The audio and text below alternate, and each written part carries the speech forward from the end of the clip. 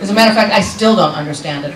I'm still not really clear which member of the Knights of the Round Table that I was. I'm not really... I thought I was Gawain for a while, but apparently I'm not.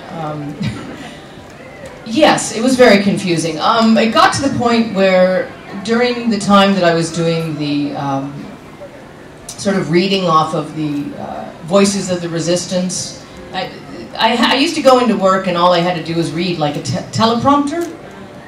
They didn't even want me to memorize my lines, so I became really lazy at that point. I was like, you know, I was really bored. There was nothing for me to do. I just, hey, today the you know, President so-and-so. It was like being a newscaster. It was horrible. And that's when I kind of stopped reading the whole scripts, because it was, you know, it was like I just had to go in and do these couple of scenes each day, and I was a little bit PO'd about the whole thing because I had nothing to do. Ivanova was kind of dumped for that season, part of that season. So that's when I kind of lost track of what was going on. Everything became very complicated once they fired Michael O'Hare, and then he showed up again like 3 years later. I was like, what? Wait, he's what?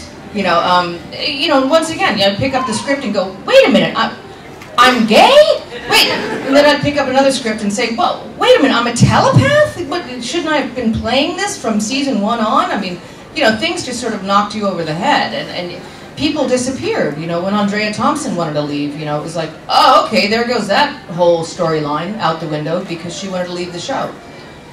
So, you know, and when they wanted to kill off Marcus, you know, just Jason Carter, they wanted to, you know, get rid of him, and then boom, suddenly that storyline's gone. So it was constantly changing, and it was confusing, to say the least. Who'd he piss off? Huh? Who'd he piss off? He'd like to get fired, to get killed. What did he do to get killed? It's just a pain in the ass.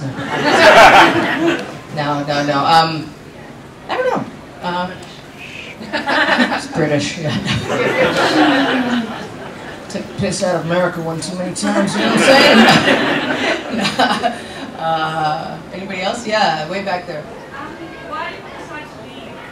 I didn't really decide to leave. That's a whole anomaly. The show was over. We shot the last episode. We said our goodbyes. The season was over. They ran out of money. I accepted another job, and lo and behold, a few months later, they said, "Oh, we've got money for a 5th season." And I'm like, "Well, the story's been told. We shot the last episode. We're 15 years older. I'm king of the world, general, grand poobah. Let's leave it at that." And then I had this contract that I had to, you know, do this movie for 3 months, and they said, well, in order to get the regulars back on the show, you have to do 22 episodes. I said, well, I can't do 22, but I could do maybe 17 episodes, and they wouldn't give it to me in writing. And the feature that I signed on to do, of course, needed it in writing because I was their lead. So I couldn't have 2 jobs contractually at the same time without one of the producers saying, okay, you can be off from October 1st to December 15th. But they would never give that to me in writing. It became a battle of the egos and ridiculousness, and nobody budged.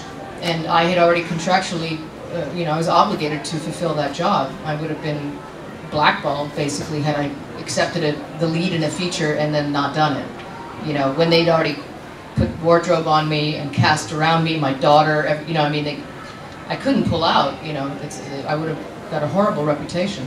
And Babylon 5 producers wouldn't budge insofar as giving me anything in writing. So it was really crappy because I could have physically done at least 17 episodes. So they could have easily had me. They didn't need to get Tracy in there for 8 episodes or 12 episodes. They didn't need to do any of that. I could have been Ivanova still. But it was a matter of their egos, and it was a very difficult time. It was really sad for the character to go out in such a crappy way. You know, it was not cool at all, and it had nothing to do with money. Believe me, I was the least paid actor on that show. The aliens made more than me. Everybody made more than me. Bruce Boxleitner made 10 times as much as I did. Okay, I would never, you know, I got a little 10% raise every year, but I was at the bottom of the heap. Jerry Doyle and I were paid the least. So that's bullshit when they say it was about money, because there was no money. There was only money when they hired Bruce. Then suddenly they had lots of money. But I love Bruce, so I can't be bitter about that. Yes? You also,